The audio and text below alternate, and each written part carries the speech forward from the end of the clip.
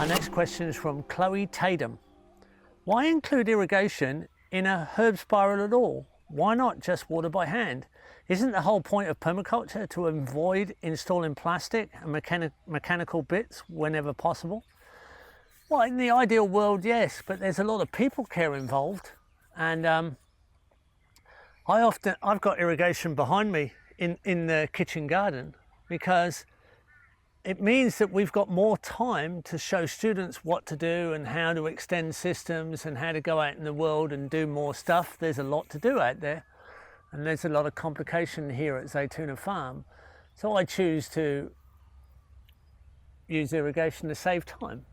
I'm sure in a perfect world we might all have clay pipes, might have bamboo pipes, we might have natural everything, and that means we probably might have an internet, but it's about appropriate technology. We can plant more plants, we can plant more trees, we can put in life-rich, abundant systems that sink more carbon and compensate for those small compromises. I can water this with a watering can, but it's actually a plastic watering can that we use, or I can just pick up one of our nylon hoses because I've got an irrigation pipe coming right past, and I can irrigate it with a hose. So you know, I haven't got a clay watering can, I haven't got a metal one either, but a metal one's usually zinc plated. So it just depends where you draw the line. So you don't need to get too carried away, because the systems that we install, you know, really lock up so much in beneficial life, carbon sequestration, you know, carbon back to soil, and all kinds of, you know, elements. Now this is a clay bird bath. Got a curry leaf tree here and a sacred basil and a few other things. And this bird bath is on top of a worm farm, a worm tower. Now I can soak that worm tower like that and put this back and fill it back up with water as a bird bath, and I'm soaking the nutrient through the worm tower into the middle of the bed. And that's a plastic pot I've got in there. It's a recycled plastic pot. So, you know, yes, that's what permaculture is about eventually.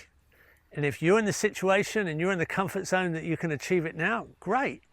It just depends where you think you can do most good, where you think you can help people move from their comfort zone or from their discomfort zone, where they can move to a more comfortable zone and feel like they're part of the solution. And you know, none of us are perfect, and we probably never will be, but we can definitely compensate for our footprint by our actions, because we can make systems definitely as rich as all natural systems, and we can go beyond that. We can go better than nature. We can improve on nature by our actions, by the consequence of supplying our needs.